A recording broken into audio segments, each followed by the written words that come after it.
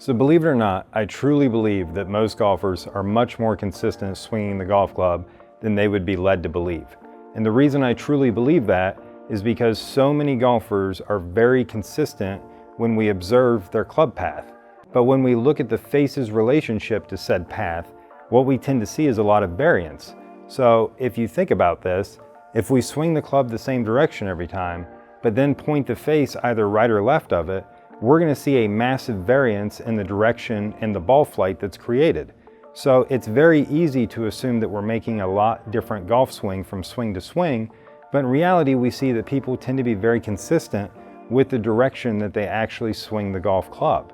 They just struggled to match the face to the direction they swing the club. So what we're going to look at in this video is how you can become more consistent with your club face by creating better width with your swing arc.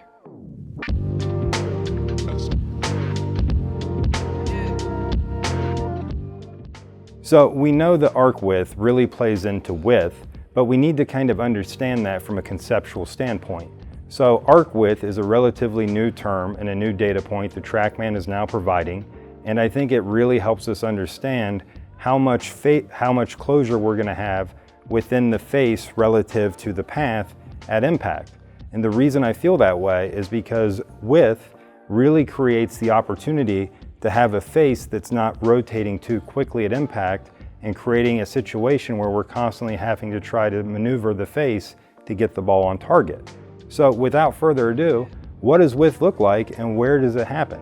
So for most of us, what we tend to see is that the swing turns into the shape of a V, and the club head makes a very narrow circle relative to the circle that the hands are trying to make going around the body.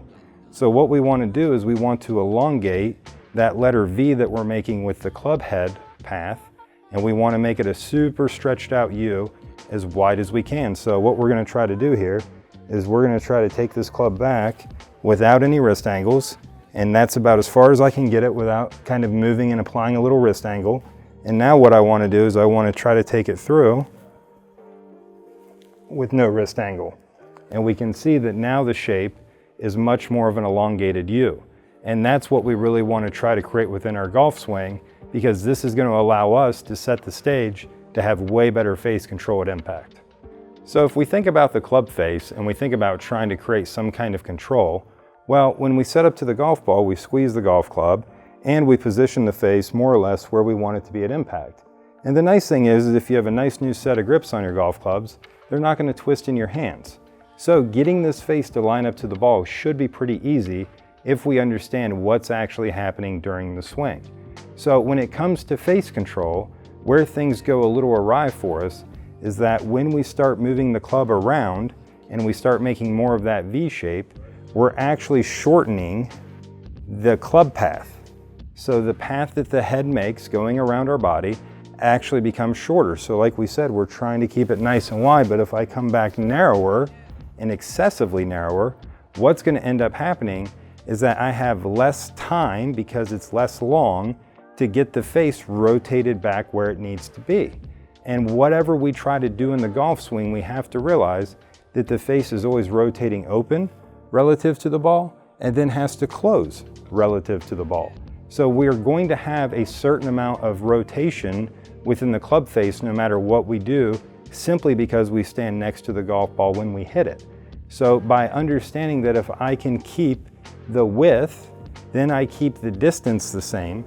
And if I keep the distance the same, now all of a sudden I've reduced the amount of face rotation because it has more time to do it, so the rotation actually slows down and better lines up with the direction we're swinging the golf club. So this is a really nice way to get some control back over the club face instead of feeling like it's left, right, and we're playing army golf. So now that we understand the concept of width and understand how it can help us in our golf swing, what we need to look at next is how do we go about creating better width? We can't simply just push the golf club away from us and hope that that helps create enough width. We need to actually create a structure within the body that allows for the club to move without the need of unnecessary wrist angles.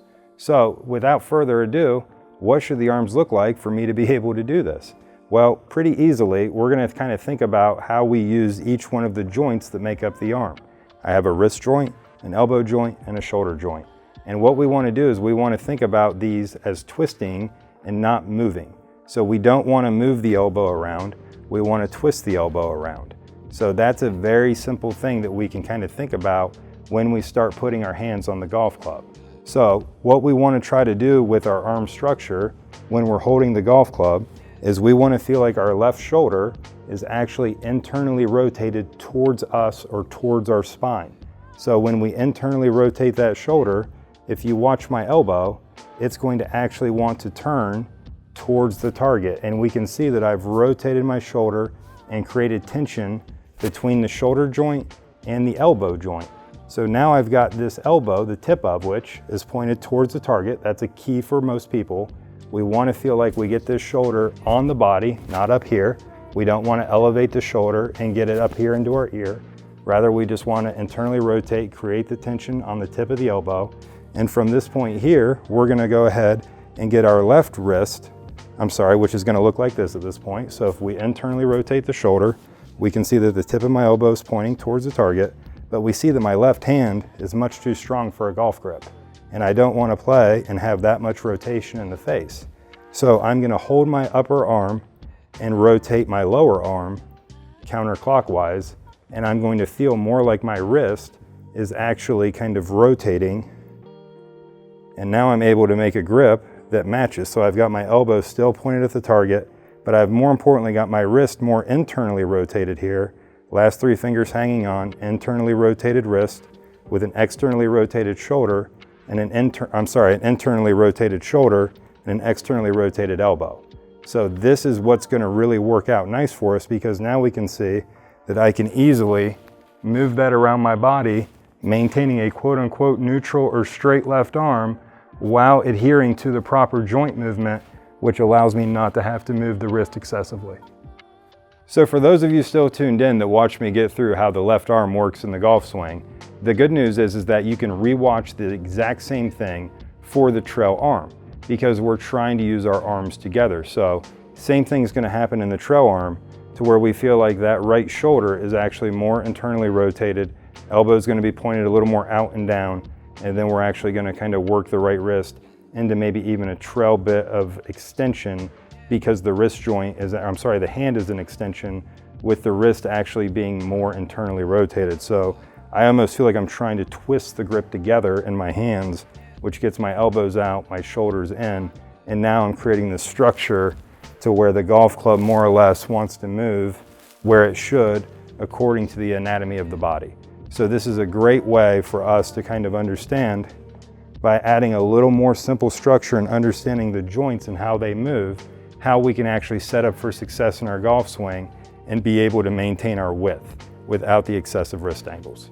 So by applying some arm structure, it's going to really help us create more width in the golf swing, which is going to give us more stability within the face. And the reason for that is because we're not shortening the arc back to the ball, rather maintaining that arc, which keeps the rate of closure within the face consistent relative to the pad. So thanks so much. If you have any interest in working with myself, you could find me on the Skillest App by searching Michael Dutro, and please be sure to subscribe to this video as well. So thanks again, and until next time, keep grinding.